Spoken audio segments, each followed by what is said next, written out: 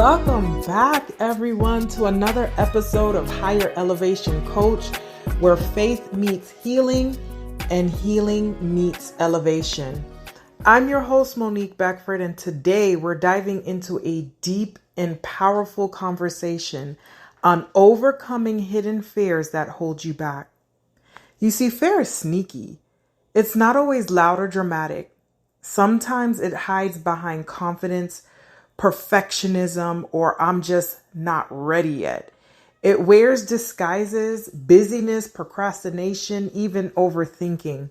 But beneath all of that, there's a quiet voice whispering, what if I fail?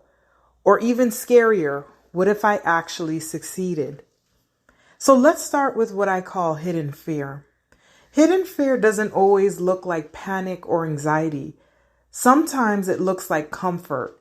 Staying in what's familiar, even when it's no longer healthy, because the unknown feels too risky. Hidden fear can sound like, I'll start my business when I have more time. I'll leave when I'm stronger. I'll apply for that promotion when I feel more confident. But here's the truth. Confidence doesn't come before action.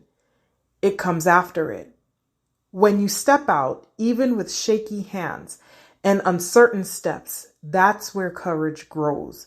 Because courage isn't the absence of fear, it's moving forward despite it. And scripture reminds us in Isaiah 41:10, fear not, for I am with you. Be not dismayed, for I am your God. I will strengthen you. Yes, I will help you. I will uphold you with my righteous right hand. As a therapist and coach, I see how fear often operates beneath the surface. Fear is not just emotional, it's neurological.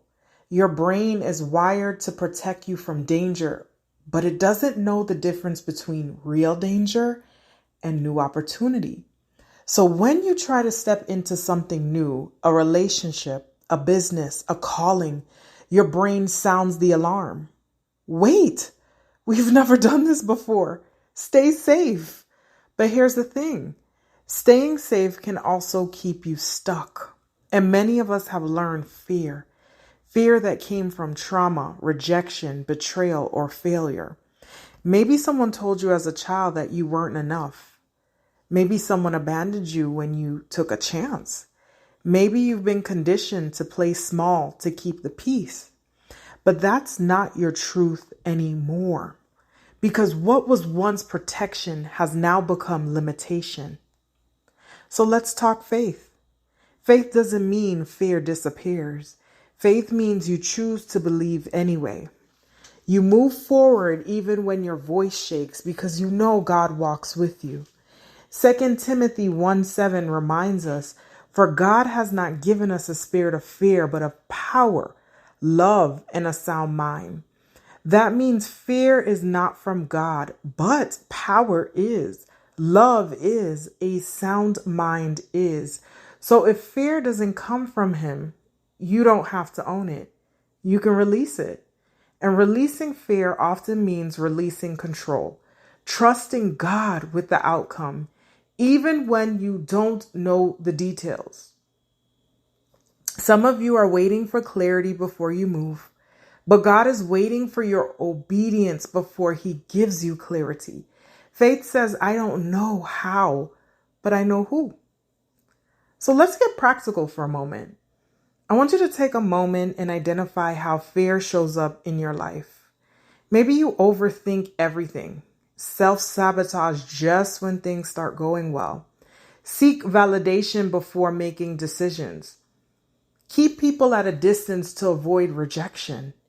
Stay too busy so you don't have to face your own reflection. Those are all fair responses. But here's the good news. When you see it, you can heal it. Write down your fear patterns this week. Ask yourself, what am I really afraid of? Then pray over that list. Surrender it to God. Replace every fearful thought with truth. I am not afraid of failure. I am equipped to grow. I'm not afraid of rejection. I am fully accepted by God. I am not afraid of success. I am worthy of the blessings that come. Let me leave you with some steps to break free from hidden fear. Number 1, acknowledge the fear. Don't pretend it's not there. Naming it takes away its power. Number 2, challenge the thought. Ask, is this true or is this fear talking? Number 3, pray and reframe. Replace fear-based thoughts with faith-filled ones. Number 4, take small steps. You don't have to leap, just move. Fear fades in motion. Number 5, surround yourself with faith builders. Get around people who remind you of who you are and not who you were. And number 6, celebrate progress, not perfection. Every act of courage deserves recognition because overcoming fear isn't a one-time event. It's a lifestyle of choosing faith daily. So before I close, I want to speak directly to your heart. So I want you to close your eyes and I want you to listen to these words and let it resonate. You are not behind. You are not late. You are not unworthy. You are in a season of preparation, and God is using every moment, every fear, every hesitation, every closed door to build the strength you'll need for your next level. The enemy wants to paralyze you with fear because he knows what happens when you walk in faith. You become unstoppable. So today, declare this with me. I will not let fear silence me. I will not let fear silence me. I will not let fear hold me back. I will rise. I will move, and I will become everything God called me to be. If this episode spoke to you, don't keep it to yourself. Share it with another sister or brother who needs a reminder that fear does not have the final say. And make sure to like, subscribe, comment, and share this podcast so we can continue empowering each other to rise in faith, purpose, and healing.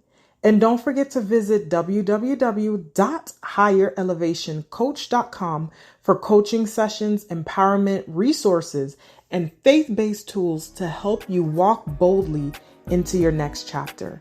You can also connect with me on all social platforms at Rise with HEC.